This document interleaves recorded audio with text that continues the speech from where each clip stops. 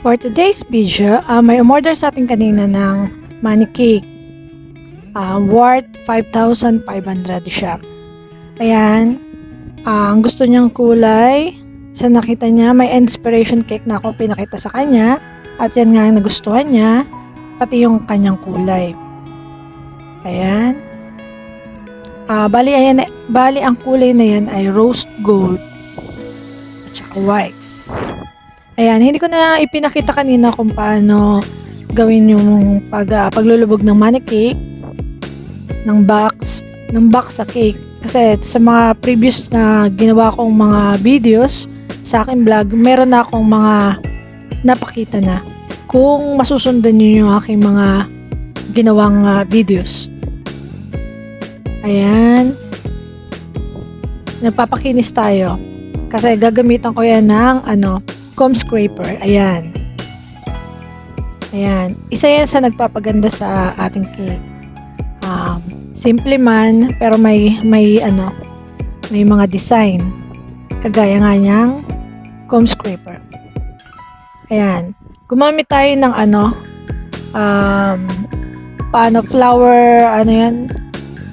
flower tip. Ayan. Hindi ko tanda kung anong pangalan niya. Hindi ko masyadong kabisado mga tip kung anong number. Basta pag nakita ko lang, alam ko na kung ano yung gagamitin ko. Ayan. Sa isang baker designer na, tingin nyo pa lang, alam nyo na kung anong gagamitin nyo. Kung ano yung piping tip na ginamit niya. Ayan. Ganyan lang kasimple po ang ating design. Ayan, muli gagamit ako ngayon ng gold draggies pala. Mga draggies candy. Ayan. Kagaya nga ng sinabi ko sa mga dati ko ng pagbo-voice over, ay gumagamit ako ng mga draggies candy or draggies candy, yung ba tamang banggit sa kanya. Kasi isa yan sa nagpapaganda sa ating mga cakes, lalo na kung simple lang at saka mga flowers lang, kagaya niyang ayan nga pala, rosette flower lang pala itong ginamit ko. Ayan, natandaan ko na.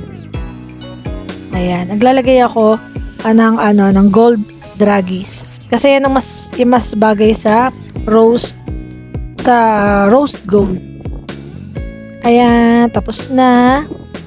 Ayan, inikot-ikot ko muli. Ayan, para makita nyo hanggang likod.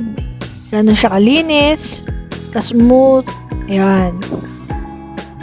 Ayan, ganyan lang kasimple. At may nga tayo. May inspiration cake pa rin tayo dito sa left. Medyo light lang ang pagka rose gold ng ginawa ko. Ayan. Para maganda sa mata. Magandang tingnan. Pero yung ginayahan ko naman na rose golden na inspiration cake ay maganda rin naman. Ayan. Okay, salamat muli.